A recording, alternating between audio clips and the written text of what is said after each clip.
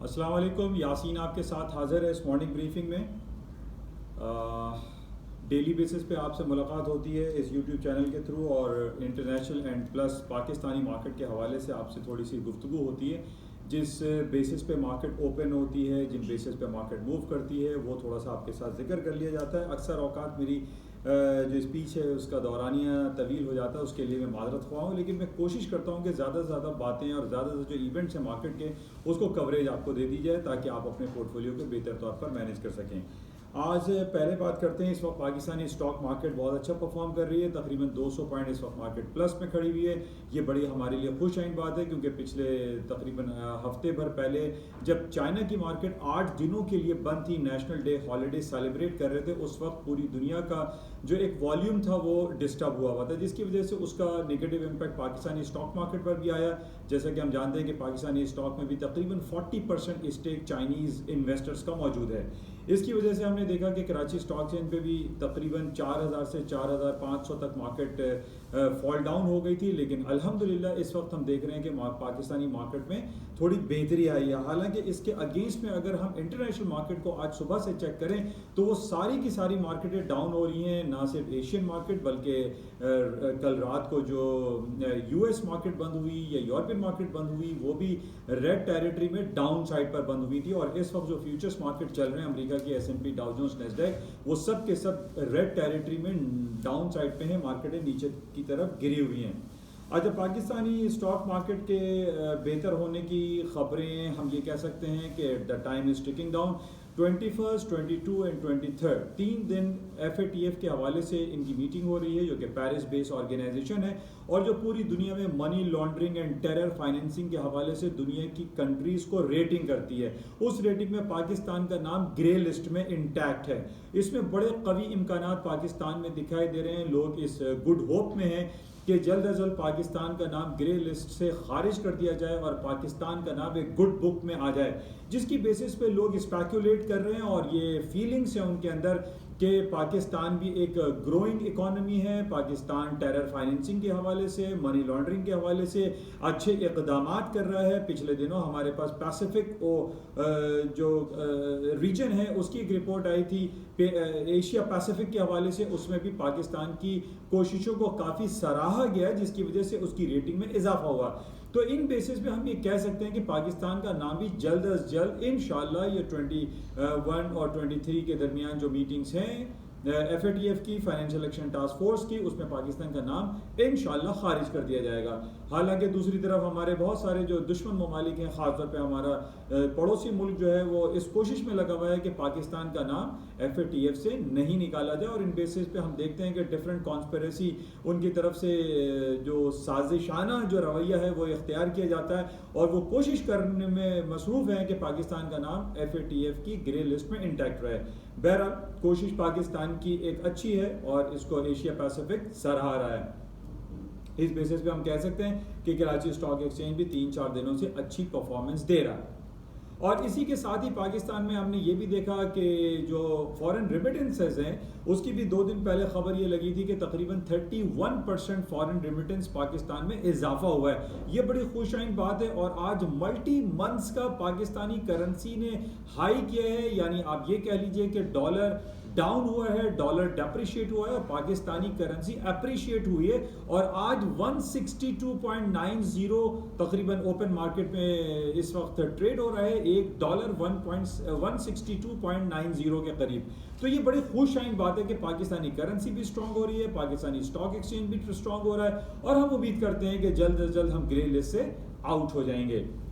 अच्छा, बात करते हैं। अच्छा, इसके अलावा आजकल बहुत ज़्यादा हर तरफ चर्चा है, पाकिस्तान में हर तरफ महंगाई है, जो एक आम आदमी के खाने पीने की चीज़ें हैं, आटा, दाल, चावल, चीनी, चाय की पत्ती, इसमें बेतहाशा होश अरबा इजाफा हो चुका है। इमरान खान साहब से हम इल्तिजाई करते हैं और गुजारिश करते हैं, लेकिन एक मुज़ायका खेज़ अमल देखने में आ रहा है कि इमरान खान साहब जिस चीज़ के ऊपर नोटिस ले लेते हैं वो आइटम जो है वो महंगा हो जाता है। तो ये एक सिलसिला चल रहा है। बहरहाल आज हमारे पास एक रिपोर्ट आई हुई है कि बहुत सारे कंटेनर्स और ट्रक्स जो है, ख़ास तौर पर ट्रक्स जो है वो हमारे बॉर्डर लाइन पर रुके हुए हैं, और उसकी वजह यह है कि पाकिस्तान में आपने इवन कराची के शहरों में जो दंदनाते फिरते हैं ये हैवी लोडेड ट्रक्स, जो जितने कंटेनर्स हैं इनकी अगर इनकी कैपेसिटी 50 टन की होती है तो वो 70-80 टन जो है वो अपने ट्रकों में लोड कर लेते हैं। और इस लोड की वजह से होता ये कि अक्सर हम देखते हैं कि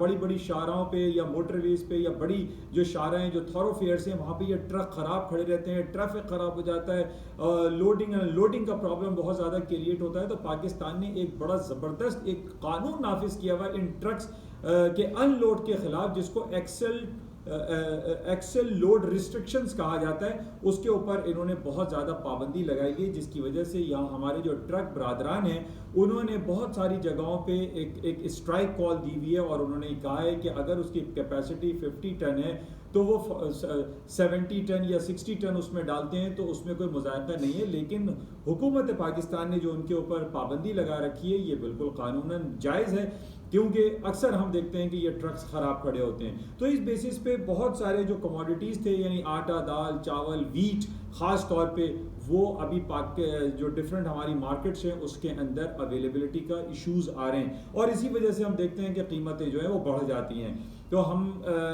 ये तो नहीं कह सकते कि इन ट्रक की लोड एक्सेल जो रिस्ट्रिक्शन है उसको हटा दिया जाए, लेकिन इसमें ट्रक की तादाद बढ़ाई जाए और उनके जो डिफरेंट चार्जेस हैं उसको ज़रा रिवाइज करना चाहिए। तो बहरहाल कोशिश ये करनी चाहिए कि पाकिस्तान में जो कमोडिटीज़ है, डेली यूजेज के आइटम हैं, उनकी फरावानी मार्केट में ईजिली एक्सेसिबल हो, ताकि ये जो रेट्स इतने ज़्यादा बढ़ते चले जा रहे हैं, आटा, दाल, चावल, चीनी, आलू, प्याज, ये सारे महंगे हो गए। एक आम आदमी जिसकी 15,000 20,000 तनख्वाह है वो किस तरीके से सर्वाइव करेगा, ये एक आप समझ सकते हैं कि कितना ज़िंदगी उनके ऊपर मुश्किल होती चली जा रही है। बहरहाल पहले भी मैंने ये जिक्र किया था और अभी मैं दोबारा जिक्र करता हूँ कि जनाब जितनी भी महंगी आइटम है, जैसे सिगरेट है या जो अननेसेसरी आइटम है जो लग्जरी के तौर पे लोग इस्तेमाल करते हैं, फॉर एग्जांपल परफ्यूम है, वो अगर 1,000 रुपए का है तो मैं तो कहता हूँ उसको 5,000 का कर दें, 5,000 की जगह 10,000 का कर दें। सिगरेट 100 रुपए की उसको 1,000 रुपए की कर दें, और आटा, दाल, चावल को सब्सिडाइज रेट में एक आम आदमी को मिलना चाहिए ताकि उसकी जिंदगी उस पर आसान हो जाए। बहरहाल ये मेरी एक सजेशन है, और इसकी सजेशन ये ज़ाहिर है हमारे हुकूमत पाकिस्तान में रहने वाले बैठने वाले लोग भी इन तमाम बातों को समझते हैं कि जनाब जो अननेसेसरी आइटम है, जो गुड्स हैं, उनको महंगा करके जो आम चीज़ें हैं उसको सस्ता कर दिया जाए। बहरहाल कुछ बातें यूएस मार्केट के हवाले से करते हैं। यूएस मार्केट में आजकल चर्चा है अमेरिका के 3 नवंबर को होने वाले इलेक्शन के हवाले से। टाइम इज टिकिंग डाउन, अब टाइम जो है बिल्कुल 22-23 दिन रह गए, और बल्कि लेस देन 20 डेज रह गए। 3 नवंबर को इनका इलेक्शन है, और सारी खबरें इसी के गिर्द घूम रही हैं कि जनाब ट्रंप साहब जीतेंगे या जो बाइडन साहब जीतेंगे। इस हवाले से खबरें बहुत ज़्यादा गर्म हैं, लेकिन अभी दोनों जो है वो आपस में फ़ाइट कर रहे हैं। बहरहाल इस हवाले से कुछ कहा नहीं जा सकता, कहना क़ब्ल वक्त होगा कि ट्रंप साहब हारेंगे या जीतेंगे। बहरहाल ये वक्त बताएगा कि जो बाइडन प्रेसिडेंट बनेंगे या वो रेजिडेंट बनेंगे। तो बहरहाल इसको देखा जाएगा, और 3 नवंबर को इसका रिपोर्ट आ जाएगी। आजकल एक खबर कल से जो मार्केट के गिरने की वजह बताई जा रही है वो अमेरिका में देने वाले billions and trillions of dollar के स्टिमुलस पैकेजेस के हवाले से था कि जनाब वो $1.6 ट्रिलियन, पहले $3 ट्रिलियन की बात की जा रही थी, लेकिन उसको रिड्यूस करते करते $1.6 ट्रिलियन के इकोनॉमिक पैकेज देने की बात है, लेकिन उसको भी ख़त्म कर दिया गया है। खबरें ये आ रही हैं कि 3 नवंबर के इंतखाबात से पहले ये स्टिमुलस पैकेज नहीं दिया जाएगा, जिसकी बेसिस पे आज हम देख रहे हैं कि कल से स्टॉक मार्केटों में फॉल डाउन आया हुआ है। अच्छा, मैं जब से आपसे ये जिक्र कर रहा हूँ कि जो अमेरिका की और दुनिया की स्टॉक मार्केटों में थोड़ा सा फॉल डाउन आता है, तो इसको हम ये नहीं कह सकते कि जनाब बस अब तो गई स्टॉक मार्केटें तबाह हो जाएंगी, ऐसा नहीं है। देखिए, it is a part of the game के मार्केट ऊपर भी जाती है और नीचे भी आती है, और जब नीचे आती है तो उसको हम एक हेल्दी करेक्शन ज़रूर कह सकते हैं, हम इसको फॉल डाउन या स्लम्पिंग सिचुएशन नहीं कह सकते। क्योंकि अब देखिए छोटी सी ये खबर आती है कि जनाब स्टिमुलस पैकेज नहीं दिया जाएगा। अब इस पे ये तो नहीं है कि कुछ ऐसा हंगामा आराई हो गई या स्टॉक की जो है वो क्रैश कर जाएगी, ऐसा मुमकिन नहीं है। मैंने पहले भी आपसे जिक्र किया था कि स्टॉक मार्केटों को फॉल डाउन होने के लिए, क्रैश होने के लिए एक बहुत बड़ी खबर चाहिए। वो बहुत बड़ी खबर अभी हमारे पास अवेलेबल नहीं है। इवन के पिछले 2 हफ्तों से हमारे पास ऑस्ट्रेलिया रिजर्व बैंक और बैंक ऑफ इंग्लैंड से भी ये खबर आ रही है कि वो इंटरेस्ट रेट को जीरो कर देंगे या नेगेटिव टेरिटरी में ले आएंगे। तो हाउ इट इज पॉसिबल कि अमेरिका अपने इंटरेस्ट रेट को बढ़ाए? अमेरिका भी अपने इंटरेस्ट रेट को डाउनफॉल करेगा, और जब ये डाउनफॉल होने की खबरें आएंगी, जाहिर है ये खबरें अब हमारे पास 3 नवंबर के बाद आएंगी, और उसमें हम देख रहे हैं कि अमेरिका की स्टॉक मार्केटें S&P, डाउ जोन्स, नैस्डैक दोबारा हायर साइड पे जा सकते हैं। तो ये कहना कि जनाब स्टॉक गिर रहे हैं, 1 दिन 2 दिन गिर गए तो फॉल हो जाएगा, ऐसा मुमकिन नहीं है। तो बहरहाल अभी कुछ अर्निंग का सीजन, जैसे मैंने कल भी आपसे कहा था कि JP मॉर्गन, सिटी ग्रुप, इन तमाम की अर्निंग रिपोर्ट मिक्स आई हैं, और कोरोना वायरस पैंडेमिक की वजह से जो पिछले 2 क्वार्टर गुजरे हैं उसमें थोड़ा सा किसी में डाउन हुआ है, किसी में प्लस हुआ है। लेकिन अगर किसी कंपनीज ने पैसे कमाए हैं इन 6-7 महीनों में, तो वो हाई टेक कंपनीज हैं जो फैंग ग्रुप कहलाती हैं। Apple, alphabet, Google, Amazon.com, Facebook, Netflix, IBM, Intel, ये तमाम जो हाई टेक कंपनी है, इन्होंने लातादाद जो है वो अमाउंट जनरेट किया है। अच्छा, आज भी हमारे पास कुछ अर्निंग रिपोर्ट है। मॉर्गन स्टैनले एंड हनीवेल, 2 बड़ी कंपनीज हैं अमेरिका की, जो कि डाउ जोन्स कंपोनेंट भी कहलाते हैं, S&P में भी लाया करते हैं। तो इसके आउटकम पे हम देखेंगे कि क्या रिजल्ट्स आते हैं। लेकिन मैंने जैसे कि पहले भी आपसे कहा था कि दुनिया की 5 जो कंपनीज है जिनको हम फैंग ग्रुप कहते हैं, ये एक मार्केट मूवर्स के तौर पर सामने आई हैं, जिनकी ट्रिलियंस ऑफ डॉलर की मार्केट कैपिटलाइजेशन हो चुकी है। कल 2 दिन कबल हमारे पास ये खबर आ गई कि एप्पल की जो सबसे बड़ा प्रोडक्ट है आईफोन, उसने 12 सीरीज लॉन्च कर दी है और उसके अंदर 5G टेक्नोलॉजी अवेलेबल है। तो इस बेसिस पे भी हम ये कह सकते हैं कि जब इन कंपनीज की अर्निंग रिपोर्ट आएगी, जिसको हम फैंग ग्रुप, मैं रिपीट कर देता हूं, Apple, Amazon.com, alphabet, Google, Facebook and Netflix, ये 5 कंपनीज ऐसी हैं जो कि फैंग ग्रुप कहलाती हैं, जो कि सो कॉल्ड फैंग ग्रुप है, जो कि ट्रिलियंस ऑफ डॉलर के मार्केट कैपिटलाइजेशन को ओन करती हैं। इनकी मार्केट के आउटकम पे मार्केट में बेताशा मूव आती है। तो बहरहाल इसको हमें नजर में रखना है। इस हफ्ते, यानी आज जुमेरात है, कल जुमा, इस हफ्ते इन फैंग ग्रुप में से किसी की अर्निंग रिपोर्ट अवेलेबल नहीं है। अगले हफ्ते चेक करना पड़ेगा कि इनकी जो रिपोर्ट्स है उसका क्या सूरत हाल होती है। बहरहाल आज जुमेरात है, 4th वर्किंग डे है, लेकिन टेक्निकली आज 3rd वर्किंग डे हम कहेंगे, क्योंकि मंडे को अमेरिका में कोलंबस डे हॉलिडे की वजह से बंद थी मार्केटें। आज थर्सडे को ऑयल की इन्वेंट्री रिपोर्ट आनी है, और ऑयल की जो इन्वेंट्री रिपोर्ट आ रही है वो फॉलिंग है, इन्वेंट्रीज डाउन हो रही है। तो माइट पॉसिबल ऑयल की कीमतें ऊपर की तरफ चली जाएं। इस वक्त $41 पे चल रही हैं। लेकिन मैंने ऑयल के हवाले से पहले भी आपको ये कहा था कि सऊदी अरब के ऊपर बहुत ज़्यादा प्रेशर बिल्डअप होता चला जा रहा है। आज भी अखबारात में है, कल वॉशिंगटन में मुलाकात हुई है, फॉरेन सेक्रेटरी हैं अमेरिका के मिस्टर माइक पॉम्पियो, और इसी तरीके से फॉरेन सेक्रेटरी सऊदी अरब के हैं मिस्टर फैसल बिन करके, उनकी मुलाकात हुई है। माइक पॉम्पियो ने बहुत ज़्यादा प्रेशराइज दिया है और ये कहा है कि हम इनकरेज करते हैं, हम सऊदी अरब को इनकरेज करेंगे कि वो अगर इसराइल की इंटीग्रिटी को एक्सेप्ट कर ले। तो हम ये देख रहे हैं कि मुख्तलिफ प्लेटफॉर्म पर अमेरिका और सऊदी अरब की मुलाकातें होती हैं, और उसके अंदर इस बात का बरमला इजहार किया जाता है कि जनाब सऊदी अरब सूनर और लेटर इसराइल की इंटीग्रिटी को एक्सेप्ट कर लेगा।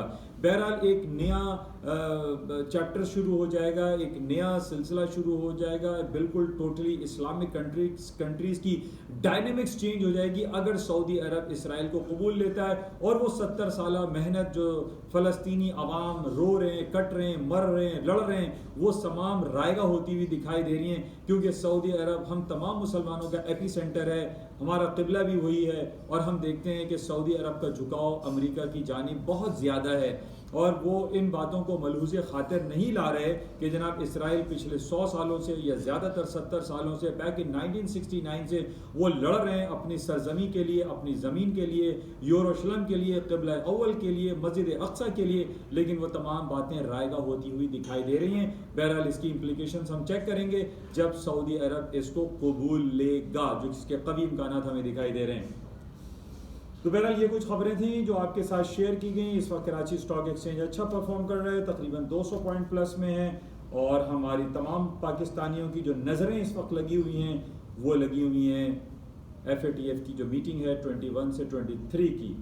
अच्छा, इसके अलावा एक अच्छी खबर आज हमें नज़र आई है कि G20 ने सस्पेंड किया है 6 महीनों के लिए इट्स अ सस्पेंशन ऑर्डर है कि वो तमाम गरीब ममालिक जो लोन पेमेंट कर रहे हैं या जो डेट पेमेंट कर रहे हैं उनको 6 महीने का रिलीफ पैकेज दिया गया। ये बड़ी खुशाइन बात है, इसमें पाकिस्तान भी लाया करता है। तो पाकिस्तान को अगले 6 महीने तक वो डेट पेमेंट जो करनी थी बड़े ममालिक को जिनसे लोन लिया हुआ है G20 से, वो अभी 6 महीने तक नहीं देना पड़ेगा। ये गुड न्यूज़ है। इसका भी पॉजिटिव इफेक्ट हमारे कराची स्टॉक पर आ सकता है।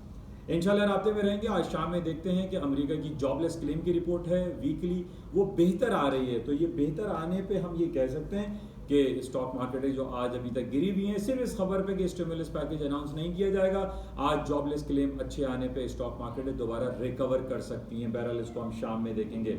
इसके साथ ही आजकल में IMF की मीटिंग भी यूरोप में शुरू हो रही है, उसको भी हम देखेंगे कि IMF के प्लेटफॉर्म से जो डिफरेंट इकोनॉमिक पैकेजेस हैं या कोविड-19 के हवाले से जो सिलसिला है उस पर क्या आउटकम आते हैं। इंशाल्लाह राब्ते में रहेंगे। आज शाम में देखते हैं कि मार्केटें किन लेवल्स पर अमेरिका की ओपन होती हैं और क्या ट्रेडिंग वॉल्यूम आज रहता है। इंशाल्लाह राब्ते में रहेंगे। जाते हुए आपसे गुजारिश कि इस यूट्यूब चैनल जिसका नाम है नाई ऑन मार्केट है, इसको प्लीज़ लाइक करें, सब्सक्राइब करें, शेयर करें और ज़्यादा से ज़्यादा इसको फैलाइए। थैंक यू, खुदा हाफिज़।